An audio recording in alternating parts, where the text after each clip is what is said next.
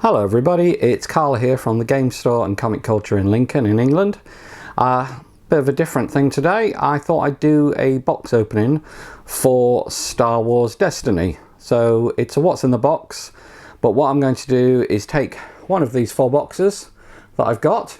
The official release is tomorrow, but because I'm a shop, obviously we've got ours a bit early, so I can open mine first. And take you through all the cards and dice that I get in my box. So, hope this is enjoyable to you. If you don't know what Star Wars Destiny is, it's a collectible cards and dice game. You build a team of characters. Some of the cards have got dice. The characters have all got dice, equipment, things like that. They've got dice as well. You use a deck of 30 cards and the characters that you've got. You build your team from those and you play a game. And it's very, very good. Very interactive. Lots of fun, massive success for FFG, and Spirit of Rebellion, which is what this is the new release, and it's due out tomorrow, so on May the 4th, which is of course Star Wars Day. May the 4th be with you. So I'm just going to cut this to me opening lots of booster packs with lots of excitement. Well, for me anyway. Okay, see you in a second. Okay, so this is what a box of Destiny boosters looks like for the retail display. You've got a flap that opens up at the front, and that's where you get your boosters. So I'm going to open these boosters, show you the dice, show you the rare or legendary, and just pile the other cards up. Okay, they're nicely supported. You get quite a thick bit of card there, and obviously the die is supposed to be held in place by that. And you get 5 cards in each booster. The first one is Jedi Acolyte. Okay, you can tell it's a card that comes with a die because it's got this symbol here, and that shows you that little single column shows you what's on each face of the die. So there's Jedi Acolyte. Okay, blue die. Okay, it's a hero card.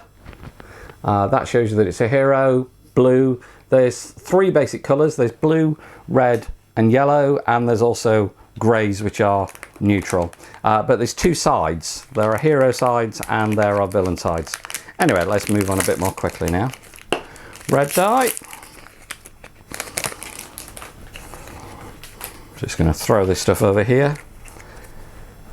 Heavy blaster pistol. Okay, I'm just trying to work out where to position that so you can see that better. There we go. I've got the camera over my shoulder, as you may have been able to tell, so it's a bit difficult for me to see. Ooh, that's a nice one. That is Chewbacca. Okay, is that going to zoom in? Maybe not. So let's try and get that in focus. He is purple. The purple in the corner means that he is a legendary. There's supposed to be 6 legendaries in each box. There certainly was in the first set anyway. And there are a total of 17 legendaries in the set. Now I've got 4 boxes for myself, so you know, on average I should get most of, if not all of the legendaries. The most you need of any die is 2. That was Vibro Knife, by the way. Okay, Vibro Knife, it's an equipment, it's neutral, so both sides can use it. This is a yellow die. Lone Operative. Okay, that's a rare. They've all got different effects. I won't bother reading them all out because we'll be here all day, but you can always check out SW Destiny DB, I think it is, .com, which is a great site worth looking at. Vibro Knucklers, another upgrade. Now upgrades are played on a character to give them extra dice. So if you have a character like Chewbacca and you play Vibro Knife on him, when you activate Chewbacca, you don't just roll the die or dice for Chewbacca, you actually roll the Vibro Knife as well. So you're going to get 3 dice in your pool at that time. And the dice are spent to have their effect. So there are various different things. There are 2 different types of damage. There's melee damage and range damage, which are identical really, apart from certain cards refer to certain things. Okay, Imperial Discipline, another rare. That's another upgrade. It's for a red villain character only. And so there's 2 different types of damage. there are ways of getting resources because all the cards have got a cost in the top left hand corner, and that's how much it costs to put that card into play. The only thing you start with is the character cards. So you start with your team on the table. So that's what the resource symbol looks like. This is Aura Singh. She's another rare. She's a character. She's got 10 health. The number in the top right hand corner tells you how much health she's got. And she's got a cost. Now, Aura Singh can be played as 14 or 18 points. This is out of a 30-point team. She's a villain and she's yellow, as you can tell by the background colour of the card. If you play her as 14 points, you get 1 die. If you play her as 18 points, you get 2 dice. So one advantage of having her as what they call elite, which is 2 dice version, is obviously you're rolling 2 dice. But on the other hand, for those extra 4 points, you aren't getting any more health in your team. And when all your characters are dead, you lose the game. Okay, Quad Jumper. Now this is a support card. It's a legendary. Okay, support cards are a bit like upgrades, but instead of playing them on a particular character, they just sit on the table. And when you want to use them, you tap them, and that activates them. So it allows you to put their dice into play. Now this one, that can generate re-rolls. So, sorry, phase changes for your dice. So you can actually just set 2 of your dice if you get the first symbol on it to anything else. It's got shields on it. I'll just show you it again when I'm talking about it. It's got shields on it. 1 shield on one of your characters, 2 shields on one of your characters, or it's got resources. That red with a dash through it means that that die hasn't done anything, which is pretty annoying when that happens. Okay, another rare. This is another villain, blue villain, Asajj Ventress, Force Assassin. Now, obviously, like I say, they've got costs. So the Quad Jumper, I don't know if you noticed when I was showing it you, but it costs 3. So that's actually quite expensive.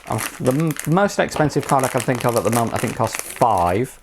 There might be more than that, but that's the one off the top of my head that I can think of. Some cards cost 0, and others obviously between those numbers. So you need to build up resources. You get 2 resources a turn anyway, but there are ways, as you've just seen on Quad Jumper, of getting more resources. Okay, now we've got another upgrade weapon. This is Lightsaber Pike. This is a 3-cost weapon, which is quite expensive, and it's only for villains, and it's a blue card. Now, when you're building your deck, the only card you can put in, normally, there are ways of breaking this rule, certain characters break the rule, but normally, if you've got red character in your team, you can put red cards in your deck. If you've got a blue character in your team, you can put blue cards in your deck. If you've got yellow, you know, I think you probably get the message by now. So you can't put that blue card in your deck unless you're playing a blue character. Okay, next one, it's a rare card. The green means it's rare, the green in the corner. It's a villain and it's yellow. Okay,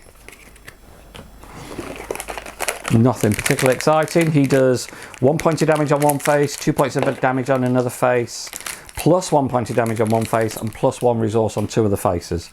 Now the plus means you can't use it on its own, you can only use it with another die. So if you've got dice with the same face, so if you've got multiple dice that do range damage, you can resolve them all as one action. So sticking to a single type of damage, or sticking to a certain strategy like heavy resource generation, so you can play lots of upgrades, is more efficient because you can do more stuff with your one action.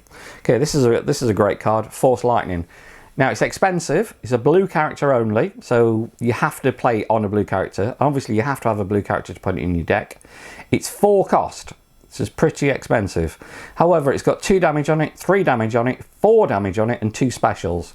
Now this symbol here means special. If you roll that on your die, you can activate this special ability.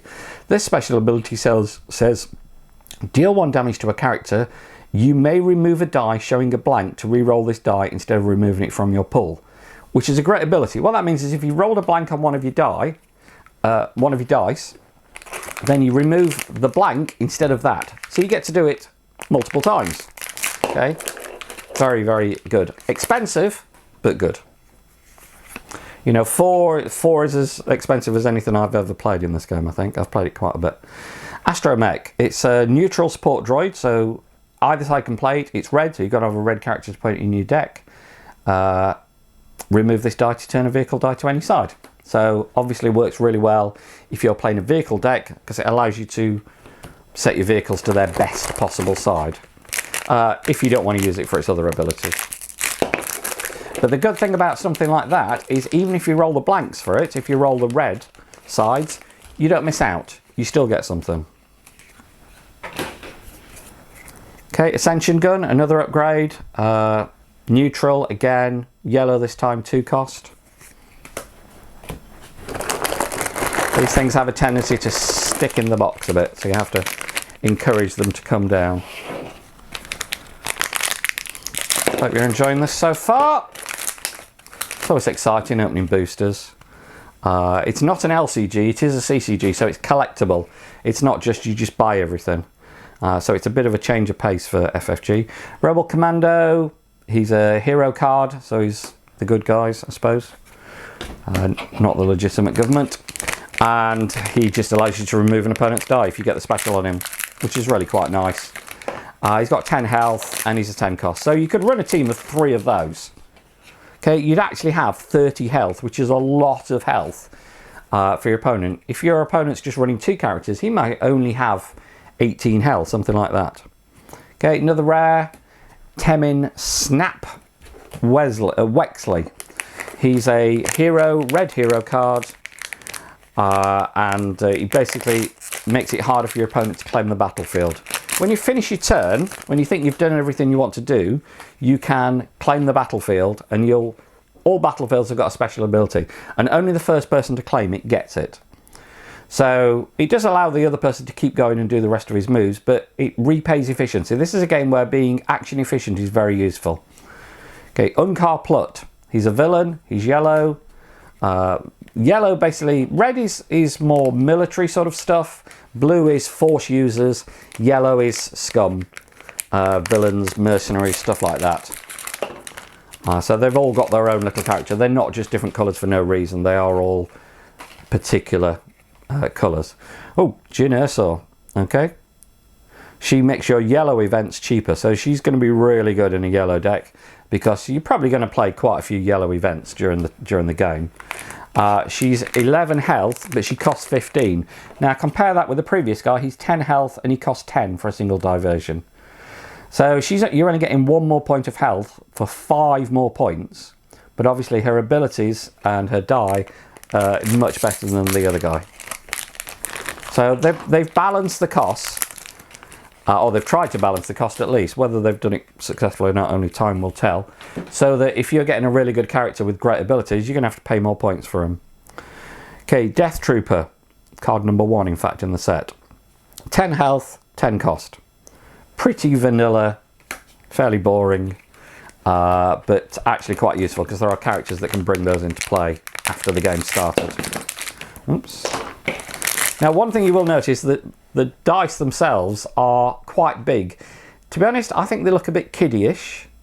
They're certainly quite weighty. These aren't stickers. These are embedded in the die, you know, printed directly onto the die. They're pretty resilient. I've heard of people saying that they wear off, but to be honest, I'm not quite sure what people were doing with them to make that happen. Force Speed. This is a 0 cost upgrade. This is absolutely superb. What it allows you to do is, if you get the special, there's 3 special faces on this die. If you get the special, you can take 2 additional actions. Now, in a game where action efficiency is so important, being able to get 2 additional actions is just bonkers. And because it's a 0 cost upgrade, and you're allowed 3 upgrades on a character, you could have 2 of those on one guy. And you could just stack actions. You know, you can play 2 special actions, 2 special abilities, get 4 additional actions. It's very, very good. Okay, that one is unsurprisingly, is a legendary. A180 Blaster. It's a 3 cost weapon, so it's pretty expensive, but it does have quite a lot of special actions on it. So you can deal 1 character damage to a character and give attached character 1 shield, or you can deal 1 damage to each of an opponent's characters. So if he's playing 4 characters, deal 1 to each of them, or deal 2 unblockable damage to a character. Now, unblockable damage gets around shields. There are ways of putting shields on your characters. You can have up to 3 shields on a single character, but obviously unblockable just causes damage anyway. Once you've taken enough damage, so going back to Death Trooper, once he's taken 10 damage, he dies. So even with 3 shields on him, if he had 8 damage on him and you got 2 unblockable, he would get killed. Lure of Power. Okay, This is a very flexible blue villain card. It's got quite a few pluses on it, and it allows you to use those 3 plus sides that it's got on it with any die. So more damage, or more resources, or more shields, or more focus, or more getting rid of your opponent's resources. That's some of the things you can do with a die.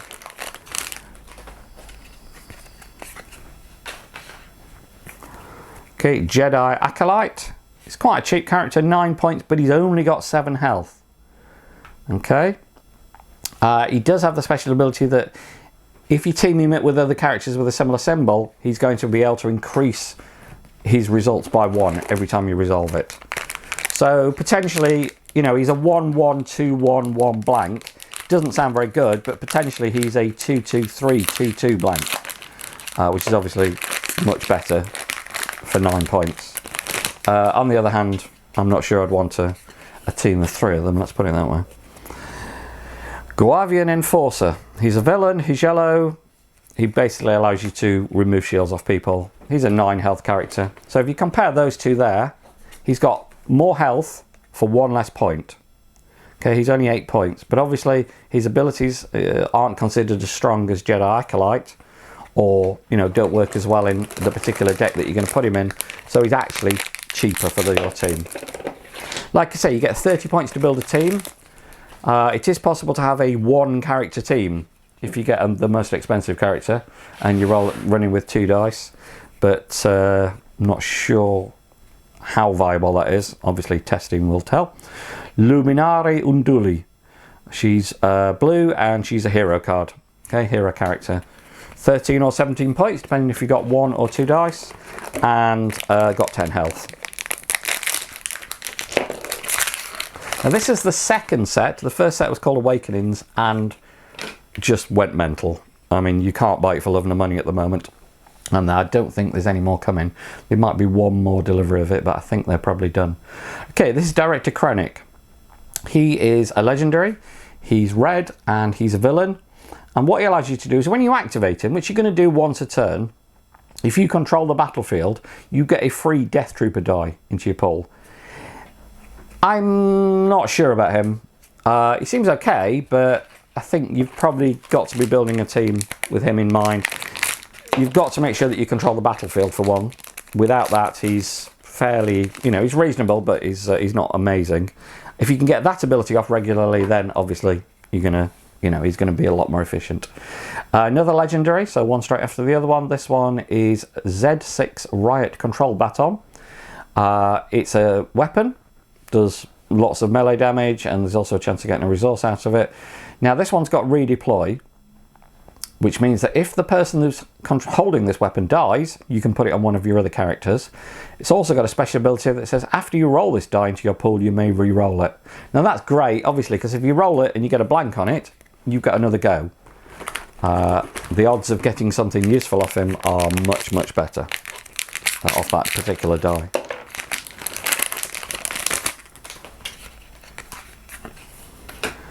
Okay, we've got the Smuggling Freighter. It's a 1-cost yellow hero vehicle. It's a support card, so it sits in play and you can use it every turn. But if you resolve one of this die support showing a value of 2, it goes back on top of your deck. Can't say I'm a particularly big fan of losing a die. Okay, you've paid a resource to put it in play and then it goes back on top of your deck. It doesn't seem particularly efficient from my point of view. And of course, if you don't resolve one with a 2, then you're only getting 1 point of resource or 1 point of resource destruction out of it. Not sure I'll be playing that one, but it might work in a particular kind of team. Force Heal. It's an upgrade. You put it on a blue character. It's hero, and you can heal 1 damage from a character if you get the special. Or spend 1 resource to heal 2 damage from a character. That could be quite a good card. You've got to get the special, but there's a 1 in 3 chance of getting the special because there's 2 special faces on it.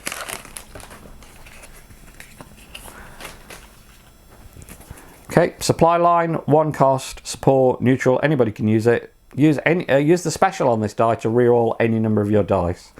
Okay, not a bad utility dice card. It's, you know, going to be quite useful. It generates quite a lot of resources as well. There's 3 resource faces on it, so it's certainly a game where you never have too many resources. You know, unless you're really unlucky. You're generally always looking for them. Okay, E-web emplacement. It's a support card for the villains. This die, it's reasonable. It's 3 costs, so it's not cheap. But if you control the battlefield, the value of each of the sides dice sides is increased by 1. So instead of being a 1-1-2-2-2, it's a 2-2-3-3-3. Now that is a lot better. Okay, can do quite a lot of damage. When you consider that some of the guys might only have, you know, 9 or 10 health, being able to do 3 or 4 damage with 1 dice is pretty good. So, you know, a couple of those and you could almost kill somebody. Makashi training, it's a blue neutral upgrade. You've got to have a blue character alive to play this. You don't have to go on a blue character, but you have to have a blue character alive. And basically you can take one of your melee damage dice away, remove it from the pool, and you get to remove one of theirs. So obviously your worst one removes their best one. Must be getting pretty close to the end now. Seem to open quite a lot. Oh, nice. Darth Vader. Now, Darth Vader, this Darth Vader is only a rare. There was a Darth Vader in the first set who was legendary. Really good. This guy's 13 or 17 points for an 11 health character, but his special's really nice. You can deal 3 damage to a character. When you do that, he has to take a damage as well, but still seems well worth it to me. You know. So basically he's got 2 3 faces on him, because he's got a 1 ranged face, a 2 melee face, a 3 melee face, a 1 discard face, and a special. So pretty nice. Okay, overkill. 2 cost, upgrade, hero, lots of pluses. Alright. If you want to do lots of range damage, that's your card. It's got +1, +2, +3, +3 on it. 2 blank faces, which, you know, you're always going to remember the times you roll the blank face more than you roll the +3, but even so, still pretty good. C-3PO with his red arm. Okay, 1 cost support, and you can remove this die to resolve one of your dice if it's showing a different symbol. That's pretty flexible. That allows you to use any of your dice as anything else. Right, there we go. That's everything there. So just to check, 1, 2, 3, 4, 5, 6. I got my expected 6 legendaries. Probably the most interesting one out of that lot was Force Lightning and Force Speed. They're both quite interesting. Force Speed, especially at 0 cost, is just amazing. Of course, Chewbacca's going to go in a lot of teams as well. Right, I hope you've enjoyed that. I'm going to open the rest of the boxes at my leisure. And thanks for watching. It's Carl from Comic Culture in Lincoln saying thanks very much. And I'm going to go and open the rest now.